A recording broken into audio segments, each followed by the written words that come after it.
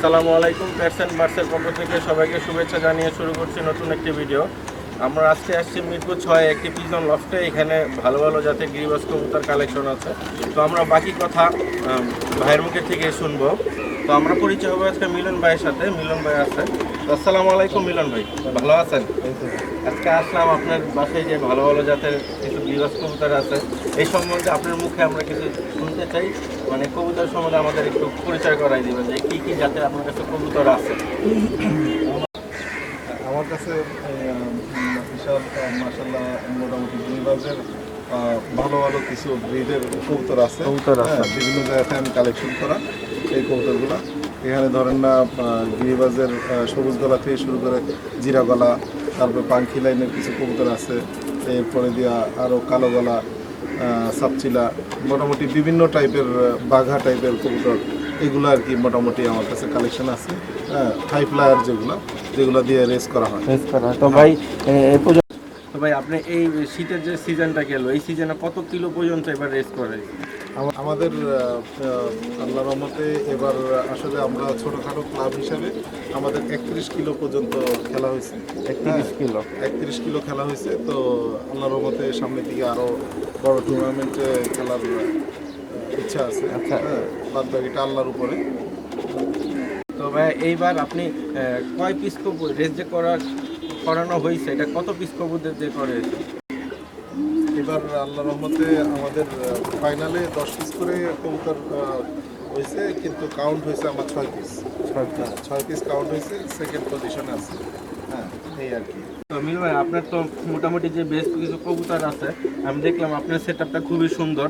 আসলে সবাই এরকম যে সেট আপটা এটা বুঝে না। আসলে এরকম সেট আপ থাকলে কবুতর এবং কবুতরের জন্য সব কিছু দিক দিয়েই কবুতরের সুবিধা।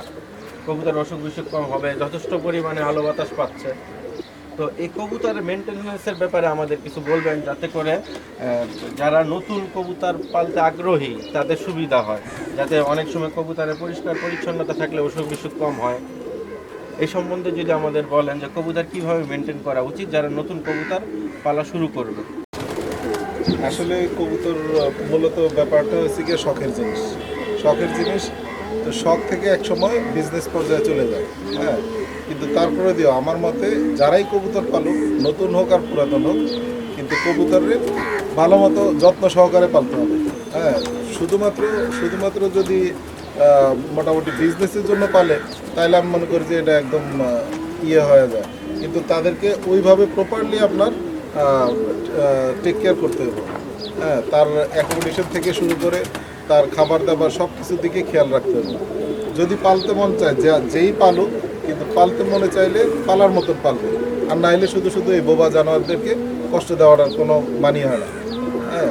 যেই পালুক সুন্দরভাবে লফট তৈরি করুক, সুন্দরভাবে ভালো পরিবেশটা তৈরি করুক, ও যাতে থাইকা অন্তত শান্তি পায়। এতে কিন্তু তাইলে ও একটা ফিডব্যাক দিবে।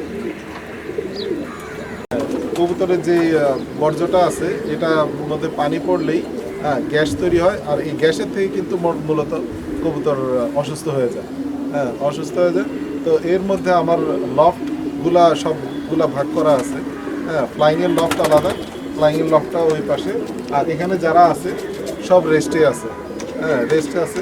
কিছু ফ্লাইংয়ের কবুতর আছে, কিছু ব্রিডিংয়ের কবুতর আছে। যারা নতুন পালতে চায় তাদেরকে আমি বলবো যে মানে একদম হাই লেভেল থেকে না কিনে মোটামুটি মিডিয়াম প্রাইসের মধ্যে আগে স্টার্ট করুন, তারপরে তার পরিচর্যা করুন। এর পরবর্তীতে দেন সে যদি মোটামুটি ইমপ্রুভ হয়, তখন তার অন্য ব্রিড কবুতরগুলা সংগ্রহ কালেকশন করতে পারে। মূলত কবুতর পালতে একা পালা সম্ভব না, যে কারো সাপোর্টের দরকার। তো আমার ক্ষেত্রে আল্লাহর রহমতে আমার এক ছোটো ভাই আছে, ও আমারে মোটামুটি পুরোপুরি সাপোর্ট করে সব কাজেই। তো ওর নাম হচ্ছে গিয়ে রাফিল ইসলাম রাফি। এই হয়েছে গিয়ে আমার ছোটো ভাই। ও আমাকে সব ব্যাপারেই মোটামুটি আল্লাহর রহমতে উপকার করে। তো ও কবুতরগুলা ধরে দেখাবে কোনটা কোন ব্রিডের। ও কবুতরগুলো দেখো।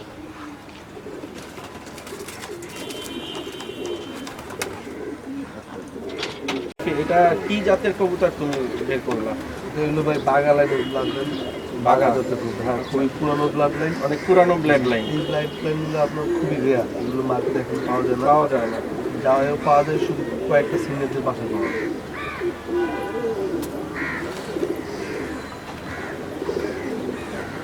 এটা মোর এক্সপেন্সিভ কবুতর। আসলে এই ব্লাড লাইনের কবুতর সচরাচর সবার কাছে পাওয়া যায় না, একমাত্র যারা নাকি সিনিয়র পার্সন আছে, যারা অনেক পুরানো গ্রিবাস কবুতর পালে বা কালেকশন করে রাখছে, একমাত্র এই জাতটা তাদের কাছেই আছে।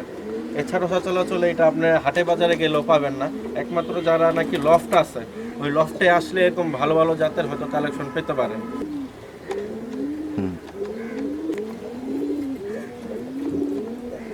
কবুতরের বাজু এবং দম এগুলো সব কালো হবে। আমি এখন যে কবুতরটা বাইর করছি এটা হইলো পাঙ্কি রেনের কবুতর, এটা হলো র পাঙ্কি। এই ব্লাড পাঙ্কি। লাইনটা খুবই রেয়ার, কারণ এগুলো সিনিয়র পার্সনদের, আর এগুলোর প্রাইস খুবই হাই রেঞ্জের। একটু এই কবুতর দেখাইতেছি ইন্ডিয়ান পিজনে সবচেয়ে বেস্ট কবুতর, এটা এই যে দেখেন, এটা হলো র পাঙ্কি, খুব হাই ফ্লাই। খুব এর বেবি খুবই হাই ফ্লাই। আপনাদের সামনে এই যে কবুতরটি রাফি দিল, কবুতরটা মূলত এই কবুতরটা হারিকেন জাতের কবুতর, হারিকেন জাতের খয়রা গলা কবুতর। এর লেস পাক কালো, হ্যাঁ, আর এগুলা হাই ফ্লায়ার এবং আল্লাহ রহমতে এগুলা হোম ব্যাক করতে বাধ্য। অনেক old blood line, old blood line, old লাইনের, হ্যাঁ, খুবই রেয়ার কবুতর। হ্যাঁ, এরকম এই কালারের কবুতর পাওয়া যাবে, কিন্তু এই ব্লাড লাইন মিলাইতে অনেক কঠিন হয়ে যায়। হ্যাঁ, এই আর কি।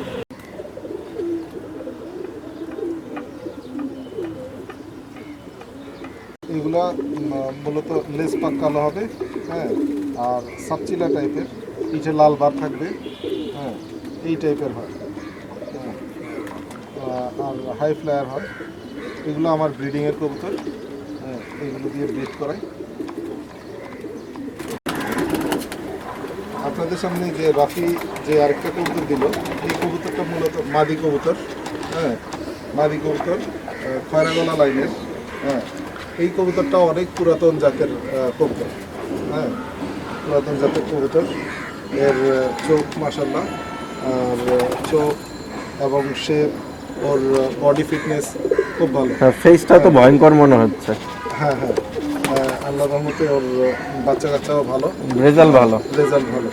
হ্যাঁ,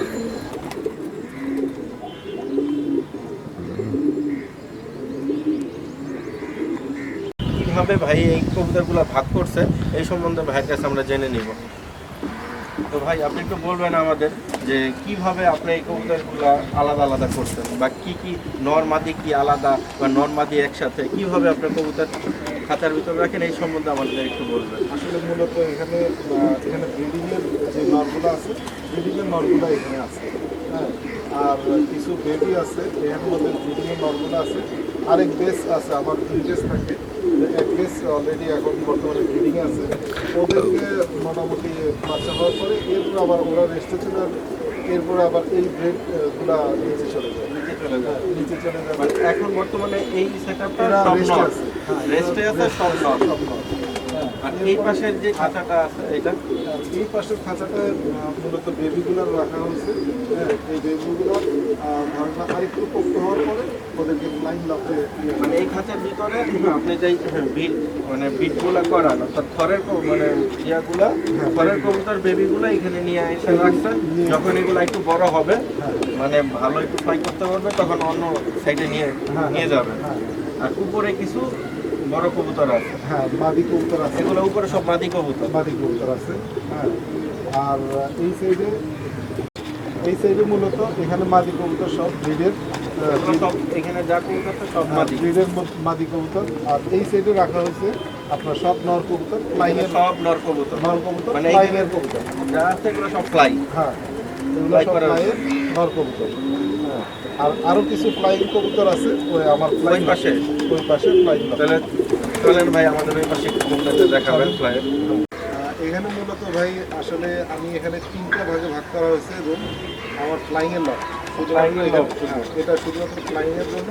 এখানের মধ্যে নর হয়েছে গিয়ে, এই রুমটা হয়েছে গিয়ে নরের জন্য, এটা সব নর কবুতর নর এই কবুতর রাখা হবে। হ্যাঁ, আর ওই পাশে যে বেবিগুলা দেখছেন ওই বেবিগুলাকে এই মাঝখানের রুমে আনা হবে। মানে ওই পাশে যে বেবিগুলা তুলতেন, হ্যাঁ হ্যাঁ হ্যাঁ, এই বেবিগুলা একটু বড় হলে এখানে আনা হবে। নিয়ে আসবেন ফ্লাইং এর জন্য। হ্যাঁ, ফ্লাইংয়ের জন্য এখানে নিয়ে আসবো। আর মাদিগুলো চলে যাবে এখানে। যখন এই বেবির থেকে যখন নর্মাদি পরিবর্তন হবে, কনফার্ম হবে, তখন ওরা আবার ডিভাইডেড হয়ে যাবে। ডিভাইডেড হয়ে যাবে। হ্যাঁ, দুই রুমে আলাদা আলাদা হবে। এক্সাম্পল যখন 6 পর বা 7 পর হবে হ্যাঁ, তখন হ্যাঁ, এগুলো তখন আলাদা করে এগুলা দেবেন। আলাদা করে দিবেন। হ্যাঁ, তো এই ফ্লাইংয়ের লফটগুলো মূলত আমি পাকিস্তানি স্টাইলের করছি। ভিতরে ওরা মোটামুটি একদম ফ্রিভাবে থাকবে আর কি।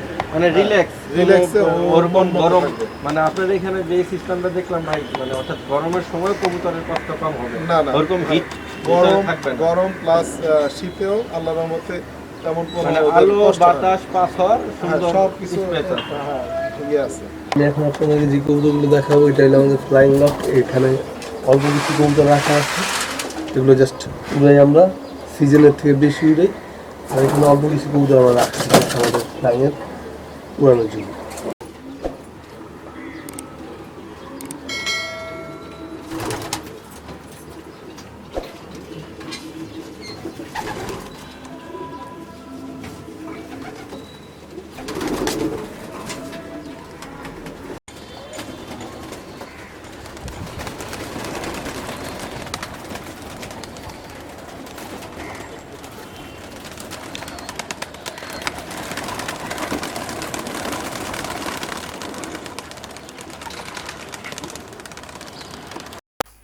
তো ফ্রেন্ডস, এই ভিডিওটা এই পর্যন্তই। ভালো লাগলে থাকলে অবশ্যই লাইক কমেন্ট শেয়ার করবেন।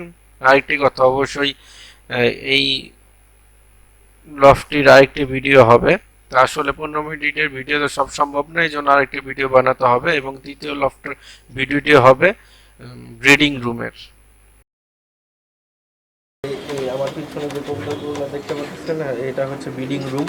তো আমরা এখন ব্রিডিং রুমের ভিতরে যাই দেখবো ভাইরা এখানে কি কি জাতের কবুতরের ব্রিড করাচ্ছে। তো চলুন আমরা রুমের ভিতরে যাই দেখি যে ভাই পরে কি কি জাতের কবুতর আছে।